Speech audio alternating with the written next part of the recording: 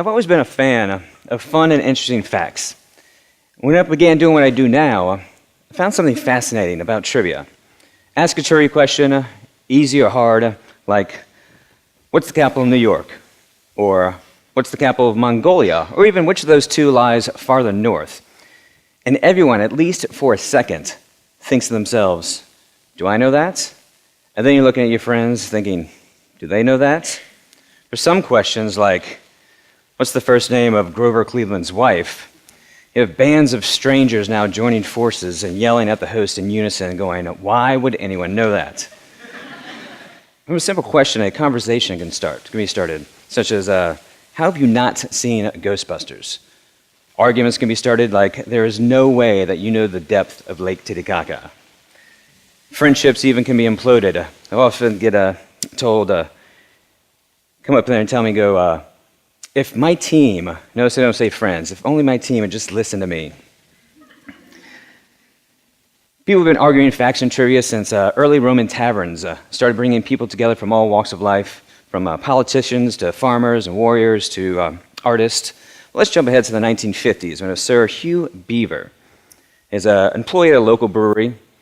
He found himself in a heated argument over which English game bird is faster. Was it the red grouse or the golden plover? I'll give you this one. It was the plover. But from this heated discussion, he realized that arguments like this were happening in pubs all across Ireland and England and possibly the world. And this realization gave birth to what we know as the Guinness Book of World Records. On a more serious note, in the 1960s, Stein, Vidic, and White expressed concern that the advent of mass society would lead to a loss of identity, and hence to widespread anxiety. 40 years later, a man named Robert Putnam published a book called Bowling Alone, in which he suggests that the decline of in-person interaction undermines the active civic engagement in which a strong democracy requires. That's also known as the end of democracy as we know it. So we've got widespread anxiety and the end of democracy as we know it. Bar Trivia is here to help. It's true.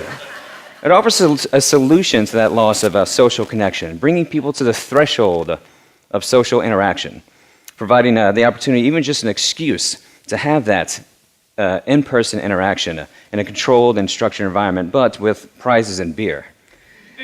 Now, you may ask why I'm up here giving this speech to you. About 7 years ago, I started hosting trivia. So about 2,500 hours of hosting trivia behind the microphone, about 8,000 hours of researching, compiling questions, sorting, organizing them for various venues. That comes to over 10,000 hours of trivia hosting duties. And according to the 10,000 hours of practice rule, must be an expert.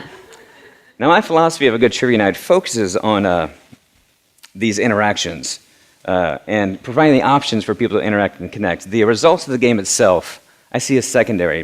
For the winners, the losers, even the team that comes in the dreaded, we're just happy to be here place. The secondary to the camaraderie that are formed or even strengthened. Now, the variety of personalities out there is unending. Add in the random question sets, the host, and the venue itself. You never know what's going to happen. Now, let's look at each piece. I'm going to start with the questions. I have two basic types of questions, one called truly trivia questions and the other educated guess questions. Truly trivia questions deal more with pop culture. If you haven't seen that movie, read that book, seen the TV show, heard that song, you're probably not going to get it. Examples being, in what state does the film Blues Brothers take place? What color boots are worn by Dora the Explorer's monkey? Or what does the microphone smell like according to the lyrics of the song Piano Man? Now, these tend to be more solo questions. If you either know it or you don't. This is when some players have their moment of glory, when they're the only one to have seen that cult horror film from the 50s, or their Yanni collection is finally paying off. It's true. Some feel they need to be paraded through the streets upon the shoulders of the teammates for getting that one question right. Now, as for the educated guess questions, these cleverly named questions are more education-based, such as remembering your American history from 6th grade, or knowing your science terms, or paying attention to art class, or just spending your free time on Wikipedia. These tend to be more of a joint adventure, sometimes consulting with your teammates to either confirm or reject an answer. Now, when it comes to the players, we have 4 types. First one I call the 4 funds. The 4 funds see the game as a challenge amongst themselves, trying to best their previous highest ranking achieved that one night when the stars aligned perfectly and they got 6th place out of 13 teams. They tend to make friends during bar trivia, open up to new members joining their teams, fun for the host. The second group we call the competitives. They see the opposing players as the enemies that must be crushed during this test of knowledge. They're hiring and firing at will to achieve their goal. They don't interact as much with other teammates, but they can do so, or other teams rather, but they can do so to complain about the questions they missed or to flaunt their newly acquired prize. They can be a challenge for the host, dissecting the wording of my questions or correcting my pronunciation of foreign words. Always gets me. My third group, called the Here for the Beers. Some of y'all fit in there, huh? The Here for the Beers, they often unknowingly skip questions because their conversation about the best hot dog toppings has just gotten real. They tend to make the most fun, most friends during bar trivia, and a lot of fun for the host. Now for the last group. The sociopaths of bar trivia, the bane of trivia players everywhere, the cheaters. They tend to get booed and busted and serve no purpose to humankind. With each team having different personality, and even different personalities within each team, that just breeds a primordial soup of social interaction. So we have the questions, and we have the players, and let's add in the host. Hello again.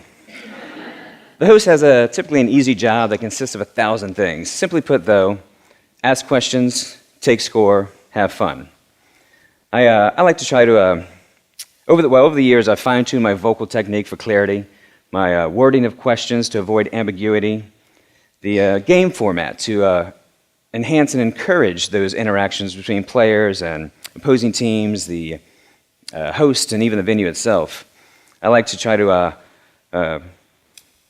joke and have fun, say hi and thank you, crack some bad jokes, prod the introverts by some friendly sarcasm, open up the quieter speaking ones.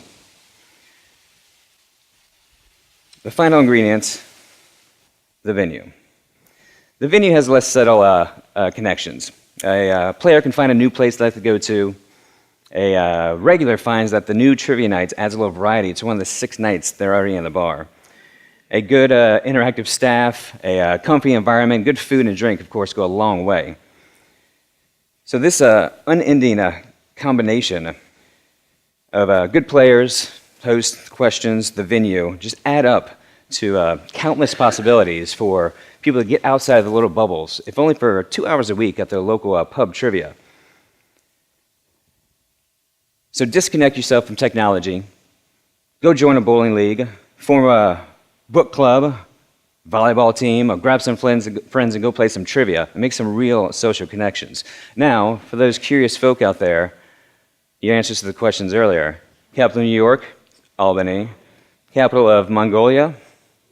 Hey, Ulaanbaatar. Which one lies farther north? By 5 degrees, barely. Grover Cleveland's wife's name was? Frances, indeed. Wow. Blues Brothers film takes place in what states? Dora the Explorer's boots are what color? Nice. And according to the lyrics of Piano Man, what does the microphone smell like? Beer. Nice. And for those of y'all paying attention, which English game bird is faster? Indeed.